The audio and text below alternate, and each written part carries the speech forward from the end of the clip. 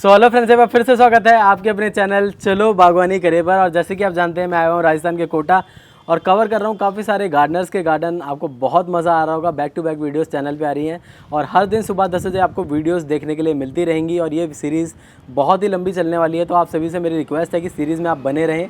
आपको बहुत ही बेहतरीन गार्डनर से मैं मिलवाता रहूँगा और उनके गार्डन को दिखाता रहूँगा। फिलहाल आज की वीडियो में एक बार फिर से हमारे साथ जुड़ने जा रही हैं पारुल सिंह जी, जिनका लास्ट टाइम हमने गार्डन आपको दिखाया था, उनके सारे इंडोर प्लांट का कलेक्शन दिखाया था जो कि बहुत ही बेहतरीन है। कुछ हमने अनकॉमन प्लांट्स पे भी बातें करी थी, आपको बहुत पसंद आए होंगे। तो आज हमारी जो वीडियो रहने वाली है वो रहने वाली है सारे के सारे एक्वाटिक प्लांट्स पे। तो अगर आपके पास भी एक्वाटिक प्लांट्स है या फिर आप लगाना शुरू करने वाले हैं तो ये वीडियो बहुत ही बेहतरीन रहने वाली है आपके लिए। मैम के पास 50 to 60 वेराइटीज़ हैं, कैसे प्रोपोगेट करना है, कैसे ग्रो करना है, इन सभी पे हम बात करने वाले हैं। सो फ्रेंड, मेरी आपसे रिक्वेस्ट है कि आप वीडियो को पूरा देखें, स्किप ना करें। स्किप करते हैं तो काफ़ी सारी इन्फॉर्मेशन छूट जाती है। आज पारुल सिंह जी आपको अपने सारे के सारे वाटर प्लांट का कलेक्शन दिखाएगी। काफ़ी प्लांट्स पे तो फ्लोरिंग भी हो रही है, जिसे देख के आपको काफ़ी अच्छा लगेगा। तो हम डिटेल में बातें करने वाले हैं और आज की वीडियो के बाद आप भी कहीं ना कहीं इजीली वाटर प्लांट को ग्रो कर पाएंगे। तो चलिए फ्रेंड्स, बिना देरी शुरू करते हैं आज की वीडियो। संदीप जी, फिर से आपका एक बार स्वागत है मेरे एक्वेटिक गार्डन में। Thank you ma'am. Last time हमने हमारा इंडोर पूरा जो इंडोर मेरा एरिया है, इंडोर प्लांट्स का एरिया है जो, वो हमने कवर किया था जी, है ना। अब मैं आपको अपना एक्वेटिक जो पार्ट है, एक्वेटिक गार्डन वाला पार्ट है, वो मैं शेयर करना चाहूँगी। देखिए, इस पे आज फ्लावरिंग भी हो रही है, हालांकि अभी धीमे धीमे डोरमेंसी की तरफ जा रहे हैं प्लांट्स। ओके। तो इसीलिए अब हमारे फ्लावरिंग कम हो गई। एक टाइम यहाँ 20 से 25 फ्लावर डेली खिलते थे। अच्छा। हाँ, तो अभी थोड़ा सा कम हो गई है फ्लावरिंग। nice. लेकिन फिर भी मैं दिखाना चाहूंगी। जैसे सबसे पहले तो मैं ये बताना चाहूंगी कि भाई वाटर लिलीज कितने टाइप्स की होती हैं, ताकि अगर कोई बिगिनर भी अगर हम देख रहा है तो उसको इतना समझ आए कि मतलब उनको कौन सी वैरायटी से स्टार्ट करना चाहिए जी। तो सबसे पहले तो जैसे वाटर लिलीज मेनली तो ट्रॉपिकल एंड हार्डी दो टाइप्स की होती हैं।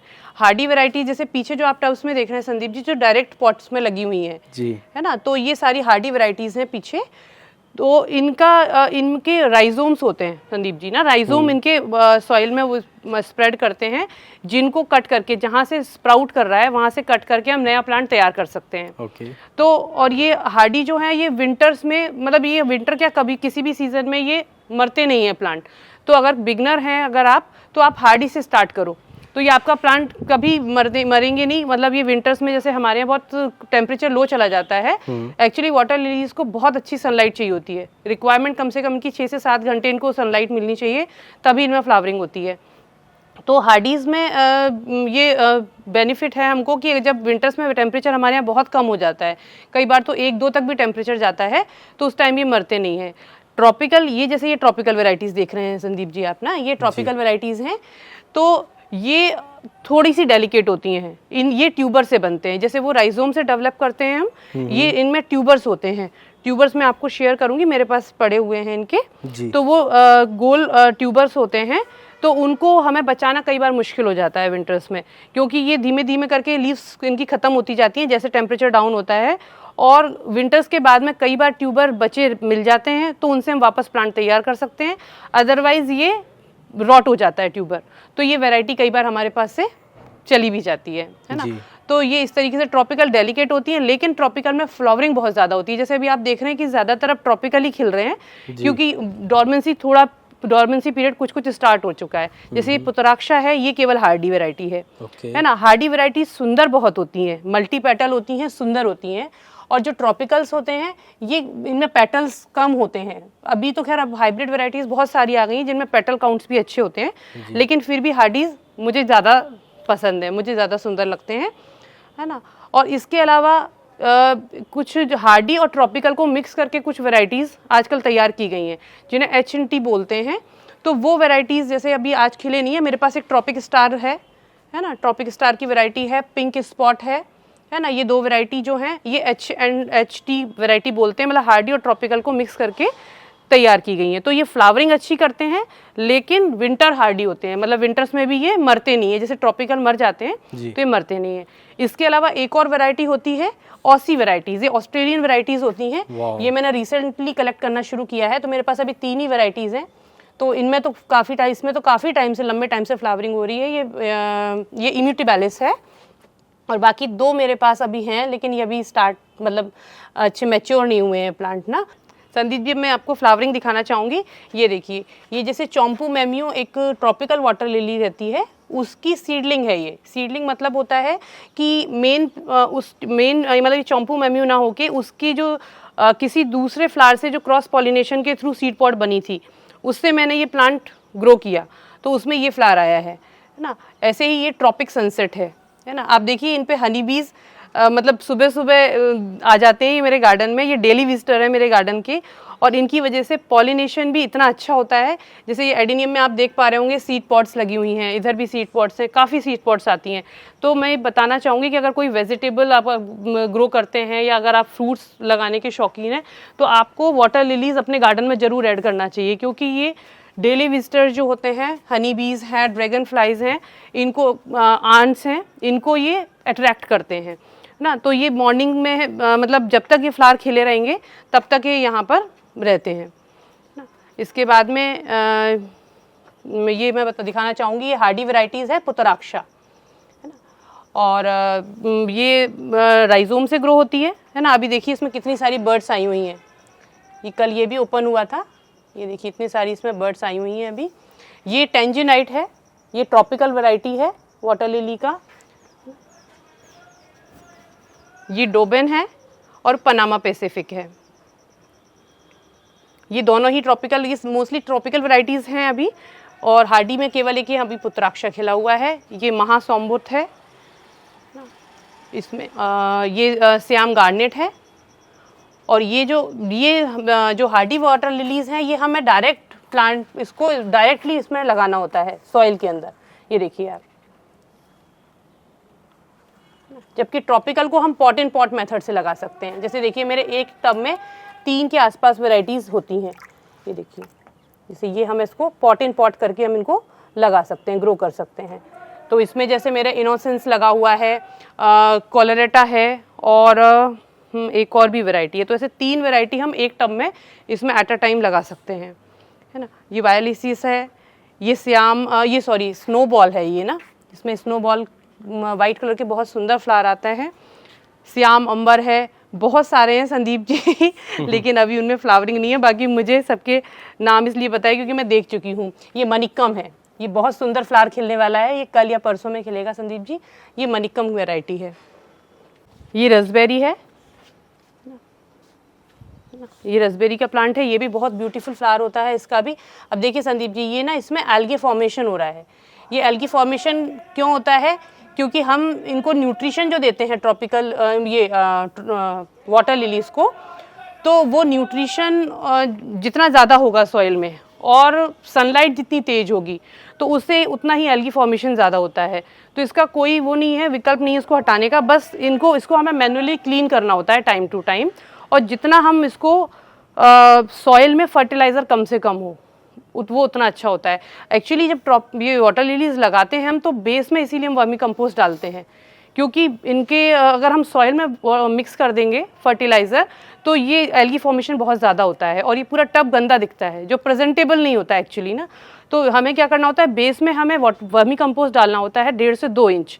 उसके बाद में 4-5 इंच, अगर हार्डीज़ हैं तो 5 इंच, और अगर ट्रॉपिकल है तब तो हमें पॉट इन पॉट लगाना होता है। जैसे ये देखिए पॉट इन पॉट लगाया है, तो बाकी का जो पॉट है वो फिर हमें सॉइल से फिल करना होता है। ये देखिए, है ना। तो नीचे 1.5 से 2 इंच हमें वर्मी कंपोस्ट लेना है, बाकी का पूरा जो पॉट है वो हमें सॉइल से फिल करना होता है। और हार्डीज़ में नीचे 1.5 से 2 इंच वर्मी कंपोस्ट, उसके बाद में सॉइल लेना होता है। जैसे ये देखिए, ये हार्डी वैरायटी है ये इस तरीके से। तो इससे क्या होगा, जब सॉइल में आपके फर्टिलाइज़र नहीं होगा तो एल्गी फॉर्मेशन भी कम होगा। लेकिन फिर भी हम ज़्यादातर नर्सरीज या जहाँ से भी कलेक्ट करते हैं सॉइल, तो उसमें पहले से ही थोड़ा बहुत केमिकल फर्टिलाइजर्स मिले हुए होते हैं, इसीलिए फिर ये एल्गी आ जाती है। तो इसको कम हो एल्गी, इसके लिए हम ये भी कर सकते हैं। जैसे आप देखिए इधर, ये मैंने साल्विनिया इसमें डाले हुए हैं वाटर टब्स में ना। तो जब हम ये टब्स में साल्विनिया या कोई फ्लोटिंग प्लांट डाल देते हैं, तो फिर इसमें सनलाइट अंदर इनकी नहीं जा पाती है, सॉइल के पास में जाना कम हो जाती है, जिससे फिर एल्गी फॉर्मेशन कम होता है। आप देखिए जहाँ साल्विनिया है जिस टब में, उसमें एल्गी फॉर्मेशन कम हुआ है, और जिसमें नहीं है, जैसे ये देखिए जिसमें नहीं है उसमें एल्गी ज़्यादा बन रही है। ये देखिए, है ना। तो इसको आपको मैन्युअली हर 5-7 दिन में इसको क्लीन करना होता है। दूसरा संदीप जी मैं बताना चाहूँगी कि जैसे ये जो वाटर लिली के जो पानी है, इसमें मॉस्किटो लार्वा होने के चांसेस बहुत होते हैं। जैसे अभी डेंगू मलेरिया का बहुत मतलब ये सीज़न चल रहा है, जैसे हमारे कभी कोटा में भी काफ़ी इस टाइम पे केसेस आ रहे हैं डेंगू के ना। तो इससे बचने के लिए आपको या तो आप इनमें मॉलीज़ और गपीज़, ये जो 2 फिश होती हैं, ये काफ़ी मतलब हर तरीके के क्लाइमेट में सर्वाइव कर जाती हैं। तो या तो आप वो मॉलीज़ और गपीज़ डाल सकते हैं, जैसे मैंने मोस्टली टब्स में डाली हुई हैं। अभी वो दिखेंगी नहीं क्योंकि जब हम आते हैं उनके पास तो अंदर चली जाती हैं, लेकिन तो उससे क्या होता है, जो मॉस्किटो लार्वा देगा वो खा लेंगी, है ना। तो उससे ये मेंटेन बना रहेगा। या फिर अगर आपके पास फिशेस नहीं है तो आप हर 1-2 दिन में इस वाटर को ओवरफ्लो करते रहिए। तो ओवरफ्लो करने से क्या होगा, जो लार्वा है वो निकल जाएगा, तो इसमें फिर मॉस्किटो डेवलप नहीं हो पाएंगे। संदीप जी, ट्रॉपिकल वेराइटीज़ जो होती हैं वो 2 टाइप्स की होती हैं, है ना। एक विविपेरस और नॉन विविपेरस। विविपेरस मतलब कि जिसमें जो लीफ नोड है, इससे हम नया प्लांट रेडी कर सकते हैं। ये देखिए मेरे पास 3-4 वैरायटी हैं, जैसे ये पर्पल जॉय है, इनोसेंस है मेरे पास में, डोबिन है, और एक वैरायटी और है मेरे पास, ट्रॉपिक सनसेट ना। तो ये जो इसकी लीफ नोड होती हैं, ये देखिए, इसको अगर जैसे हमें प्लांट तैयार करना है तो हम इसको यहाँ से तोड़ेंगे, मतलब 3 से 4 इंच हमें इसको रखना है स्टेम को। इसको हमें ऐसे उल्टा करके, आप अलग से भी रख सकते हैं, मैं तो इन टब में ही डाल देती हूँ इनको, इस तरीके से आप डाल सकते हैं। अब 10 से 12 दिन के बाद में इनमें इस तरीके से ये ग्रोथ होने लग जाएगी। तो जब ये थोड़ा सा और बड़ा हो जाए प्लांट और ये थोड़ी सी रूट्स इसकी और डेवलप हो जाएं, तो हम इस पत्ते को हटाकर थोड़ा काट कर और इसको बस जब हम सॉइल में लगाएंगे इस प्लांट को, तो ये वापस एक नया प्लांट हमारा तैयार हो जाएगा। तो ये विविपेरस वाटर लिलीज़ की एक बहुत बड़ी मतलब खासियत है कि ये लीफ से भी ग्रो हो जाती हैं। सो फ्रेंड्स, आशा है आज की वीडियो आपको बहुत पसंद आई होगी। पारुल सिंह जी ने आपको अपने सारे के सारे एक्वाटिक प्लांट्स पे डीप इन्फॉर्मेशन दे दी है। अगर आपकी अभी भी कुछ क्वेरी है तो प्लीज़ कमेंट करते रहें, आपको रिप्लाई ज़रूर मिलेगा। और नेक्स्ट टाइम जब मैं कोटा आऊँगा तो मैम के पास एक बार मैं फिर से आने वाला हूँ और हम बात करेंगे डिटेल में आखिर हमें इन्हें किस तरह से प्रोपोगेट कर सकते हैं। मतलब जो भी प्रोसेस आज आपको बताया वो सारा मैं प्रैक्टिकली मैम से सीखने वाला हूँ। तो नेक्स्ट टाइम भी बहुत मज़ा आने वाला है जब मैं कोटा आऊँगा फिर से। तो आप कमेंट ज़रूर करिएगा अपनी क्वेरीज़ को। साथ ही आपको बताना चाहूँगा, कोटा सीरीज़ अभी बहुत लंबी चलने वाली है। कई सारे गार्डनर्स के पास मैं होके आ चुका हूँ, लेकिन कई सारे गार्डनर्स के पास जाना अभी बाकी है। तो बैक टू बैक वीडियोस के साथ मैं हर दिन सुबह 10 बजे अपने चैनल पे आता रहूँगा और आपको ऐसे ही बेहतरीन गार्डन दिखाता रहूँगा। साथ ही में अगर आप भी करते हैं गार्डनिंग, चाहते हैं मैं आपके पास आऊँ, तो नीचे मेरी मेल आईडी आ रही है, आप कॉन्टैक्ट कर सकते हैं। इंस्टाग्राम पे मैसेज करके भी बातें कर सकते हैं। इंस्टाग्राम पे आके बेहतरीन रील्स भी देख सकते हैं। तो इंस्टा का लिंक आपको मिलेगा डिस्क्रिप्शन में, जाके फॉलो ज़रूर करें। साथ ही में अगर आप चाहते हैं लाइव अपडेट, अभी मैं कहाँ पे शूट कर रहा हूँ, कौन से स्टेट में हूँ, जानना चाहते हैं, तो जाके फेसबुक पेज को फॉलो करेंगे। फेसबुक में अक्सर मैं लाइव आता रहता हूँ और आपको दिखाता रहता हूँ अभी मैं कहाँ पर शूट कर रहा हूँ। सभी के लिंक आपको मिलेंगे डिस्क्रिप्शन में, फॉलो ज़रूर करिएगा। मैं मिलता हूँ कोटा सीरीज़ के अगले एपिसोड में, तब तक के लिए बाय बाय। पूरा खिल जाएगा और अगले दिन सुबह सब गिर जाएंगे नीचे। गिर जाएंगे। और आप देखिए इसको पोट में अगर रखें तो आप देखिए फ्लोट करते हैं, बड़ा सुंदर लगता है ये, आप देखिए। अरे वाह, तो ये आपने कल वाले फ्लावर रखे हैं सर? जी, रोज मैं ऐसे इसको रखता हूँ। तो फ्रेंड देखिए, पत्थर चटा फर्स्ट टाइम मैंने देखा इतना बड़ा गमले में ग्रो होते हुए किसी के गार्डन में। इसमें आप देखेंगे सर ने टाइल्स भी लगवा रखी है अंदर की तरफ, ताकि इसका जो रिसाव है वो अगल बगल की वॉल में या नीचे की तरफ ना जाए। और नीचे भी आप देखेंगे थोड़ा ऊंचाई पर ही बनाया है कि एक आपको यहाँ पे बहुत ही अच्छा पपीते का पेड़ नज़र आ रहा है जिसपे हो रही है बहुत ही अच्छी फ्रूटिंग।